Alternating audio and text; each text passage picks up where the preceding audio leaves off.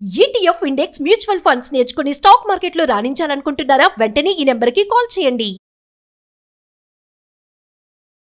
Welcome to Suman TV. Pavan కళ్యాణ్పై case. Andhra Pradesh deputy సీఎంగా సమర్థవంతంగా పనిచేస్తూ దేశ రాజకీయాల్లో సరికొత్త రాజకీయాలకి 100% స్ట్రైక్ రేట్తో దూసుకుపోతున్న సైక్లోన్. అంటే ఈయన పవన్ గారు తుఫాన్ అని మోదీ గారు అన్నారు, నిన్ననే రజనీకాంత్ గారు కూడా అన్నారు. మరి అటువంటి సైక్లోన్ మీద కేసు వేసే దమ్ము ధైర్యం ఎవరికి ఉంటుంది? ఆయన ఏమైనా తప్పు చేస్తాడా? స్వార్థం లేని రాజకీయాలు, వ్యాపారాలు లేవు, సినిమాల ద్వారా వచ్చే డబ్బులతోనే పార్టీని నడిపాడు, పార్టీని బతికించుకున్నాడు, ఈరోజు ప్రజల కోసమే బతుకుతున్నాడు. అటువంటి వ్యక్తి మీద కేసు వేయటం అంటే అది మూలాల్లోకి వెళ్తే ఎవరు ఈ కేసు వేసింది?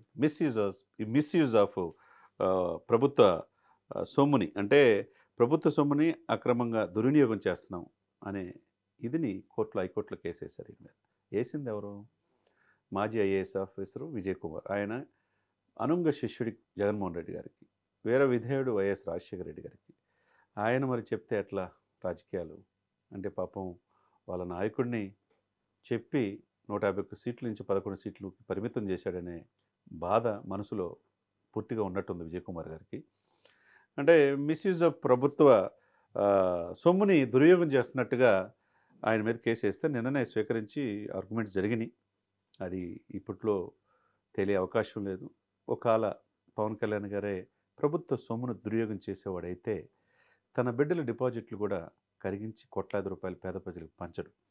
పవన్ కళ్యాణ్ గారే మిస్యూజ్ చేసేవాడైతే ప్రభుత్వ సొమ్ముని విజయవాడలో క్యాంప్ ఆఫీస్ని ఖాళీ చేయడు. తనకున్న సిబ్బందిని కూడా ఇచ్చేసేసి తనకి తాగే టీతో సహా తన ఉండే బెడ్స్, తన ఉండే చైర్స్ అన్నీ కూడా ప్రభుత్వం కాకుండా తన సొంత మంగళగిరి ఆఫీస్లోనే షిఫ్ట్ చేశాడంటే ప్రభుత్వ సొమ్ముని సింగిల్ పైసా కూడా తీసుకోవట్లేదు. ఒకానొక టైంలో జీతం తీసుకుందాం అనుకున్నారు నెలకి. ఆ జీతం కూడా ఇప్పుడు తీసుకోవట్లేదు. నెలకి 2,10,000 రూపాయలు వస్తే అది మొత్తం కూడా 46 మందికి తల్లిదండ్రులు లేని అనాథలకి పిఠాపురంలో పంచి పెడుతున్నాడు. మరి వీళ్ళు మనుషుల, మూర్ఖుల, పరిజ్ఞానం ఉండే, చదువుకున్న వాళ్ళ? ఎందుకు కేసేస్తారు? ఏదో ఒకటి ఆయన మీద బురద జల్లటానికి ప్రయత్నం. ఈనాటి నుంచి కాదు, దశాబ్దం పైనే పవన్ కళ్యాణ్ అంటే రాజకీయాల్లో వస్తే కష్టం అనేది, ఆ భయం అనేది అందరిలో ఉంది. సినిమాల్లో ఉంటే ఓకే, సరే సినిమాల్లో మొకటో లేని మహారాజుగా ఉన్నాడు. ఇప్పటికీ సినిమాల్లో ఓజీ ఎప్పుడు వస్తుందని దేశం మొత్తం ఎదురు చూస్తుంది. 100 కోట్ల మంది హిందువులకు ప్రతినిధిగా ఆయన నేనున్నాననే భరోసా ఇచ్చిన ఏకైక వ్యక్తి పవన్ కళ్యాణ్ గారు. మరి సమర్థవంతంగా పనిచేసి ఒకవైపు వరల్డ్ రికార్డులు సాధిస్తా గ్రామీణ అభివృద్ధిలో ఎంతో కృషి చేస్తున్న ఈ వ్యక్తికి మీద కేసు వేస్తారా? ప్రభుత్వ సొమ్ములు దుర్వినియోగం చేసేవాడా ఈయన? ఈ అధికారంలో వచ్చిన తర్వాత కూడా ఈ 14 నెలల్లో దాదాపు 10 కోట్లు ఖర్చు పెట్టాడు. తెలంగాణ ప్రభుత్వానికి ₹1 ఆంధ్రప్రదేశ్ ప్రభుత్వానికి ₹1 వరదలు వచ్చినప్పుడు ఇచ్చాడు. ఎక్కడో మైసూరు పల్లిలో ప్లే గ్రౌండ్ లేకపోతే 75 లక్షలు ఇచ్చాడు. మత్స్యకారులకి సహాయం చేస్తున్నాడు. ఎక్కడ అనాథలకి సహాయం చేస్తున్నాడు. ఇంకా ఎంత సహాయం చేస్తున్నా వీళ్ళకి కనపట్టలేదా? 400 గ్రామాలకి, గ్రామ పంచాయతీలకు, ఒక్కొక్క గ్రామానికి ₹1,00,000 లెక్కన 400 లక్షలు అంటే 4 కోట్ల రూపాయలు ఇచ్చాడు. అది ప్రభుత్వాలు చేయాల్సిన పని. అంటే ప్రభుత్వాలు చేసిన పని ఈయన డిప్యూటీ సీఎంగా చేస్తున్నందుకు ఈయన మీద కేసు పెడతారా? ప్రభుత్వ అసలు ఏమైనా ఈయన దుర్వినియోగం చేసేవాడా? ఆయన డబ్బు మీద ఏవలేదు, పదవి కాంక్ష లేదు, వ్యామోహం లేదు. ఈ దేశ ప్రజలు సుస్థిరమైన ప్రభుత్వం, ఆంధ్రప్రదేశ్ ప్రజల ఆకాంక్ష అమరావతి రాజధాని, పోలవరం పూర్తి కావటం, విద్యార్థులకు, నిరుద్యోగులకి ఉద్యోగావకాశాలు కల్పించడం, సరైన రోడ్లు, మెరుగైన వసతులు, గిరిజనులకి. మరి ఈ చెప్పే విజయ్ కుమార్ అనే వ్యక్తి ఐఏఎస్ ఆఫీసరే కదా, ఇండియన్ అడ్మినిస్ట్రేషన్ సర్వీస్లో వచ్చిన వ్యక్తే కదా. మరి నువ్వు చేయదలుచుకుంటే, చెప్పదలుచుకుంటే గిరిజనులకు 7 దశాబ్దాల నుంచి కనీసం రోడ్డు మార్గం లేకపోతే రోడ్లు వేయించడం ఎందుకు చేతకాలేదు? దాని గురించి మీరు పోరాడరు. అన్యాయంగా మహిళలు వేధిస్తుంటే దాని గురించి పోరాడరు. దారుణంగా రోడ్లు లేకుండా అస్తవ్యస్తమైన వ్యవస్థలు ఉండిపోయి రాష్ట్రం అతలాకుతలం అయిపోయి దాని గురించి మీరు మాట్లాడరు. సమాజంలో సమస్యల గురించి మాట్లాడకుండా పవన్ కళ్యాణ్ మీద కేసేస్తే మేము కూడా కనపడతామనే భావన తప్పితే పవన్ కళ్యాణ్ గారిని ఎవరు ఏమి చేయలేరు. ఎందుకంటే ఆయనకి వ్యాపారాలు లేవు, వచ్చే ఆదాయం సినిమా, 3 సినిమాలు ఉన్నాయి, హ్యాపీగా సినిమాలు చేసుకుంటాడు. సరే సినిమాలే చేయకూడదు. ఎంజీఆర్ అంటే ముఖ్యమంత్రి అయిన తర్వాత సినిమాలు చేయాల. ఎన్టీ రామారావు గారు కూడా ముఖ్యమంత్రి అయిన తర్వాత కూడా సినిమా తీశాడు. బ్రహ్మర్షి విశ్వామిత్ర అనే సినిమా షూటింగ్లో పాల్గొని సెక్రటరియట్ నుంచి ఫైల్స్ క్లియర్ చేశాడు. అప్పుడు ఎన్డీఏ అక్కడ నేషనల్ ఫ్రంట్ చైర్మన్గా కూడా ఎన్టీ రామారావు గారు ఉన్నారు, చేశాడే. మరి ఆయనకి లేనిది ఈయనకి ఎందుకు ఉంటుంది, వర్తిస్తుంది? అసలు అప్పుడు వేరు ఇప్పుడు వేరు. యాజ్ ఎ డిప్యూటీ సీఎంగా ఆయనకు వచ్చే ఆదాయం ఏంటండి? వ్యాపారాలు లేవు, సినిమాలు తీసుకోవద్దా? సినిమాలతో వచ్చి డబ్బులతో పేద ప్రజలకు పంచుతున్నాడు కదా, ఆయన ఏమి తింటలేదు కదా. బిడ్డల డిపాజిట్లు కూడా తీసుకొచ్చి 34 కోట్లు కౌలు రైతులకు ఇచ్చాడు కదా. వీళ్ళు ఎవరు రూపాయి ఖర్చు పెట్టరు ఉచిత సలహాలు ఇచ్చేవాళ్ళు. ఈ ఉచిత సలహాలు మానుకొని ప్రజా సమస్యల మీద దృష్టి పెడితే బాగుంటుంది. కోర్టులో కేసు వేసినా, అది హైకోర్టులో వేసినా, సుప్రీంకోర్టులో వేసినా ఏం ఫరక్ పడదు పవన్ కళ్యాణ్కి. రోజు రోజుకి ఆయన గ్రాఫ్ పెరుగుతుంది తప్పితే దేశ ప్రధాని మోదీ మనల్ని పొందాడు, ఈరోజు ప్రజల మనల్ని పొందుతున్నాడు.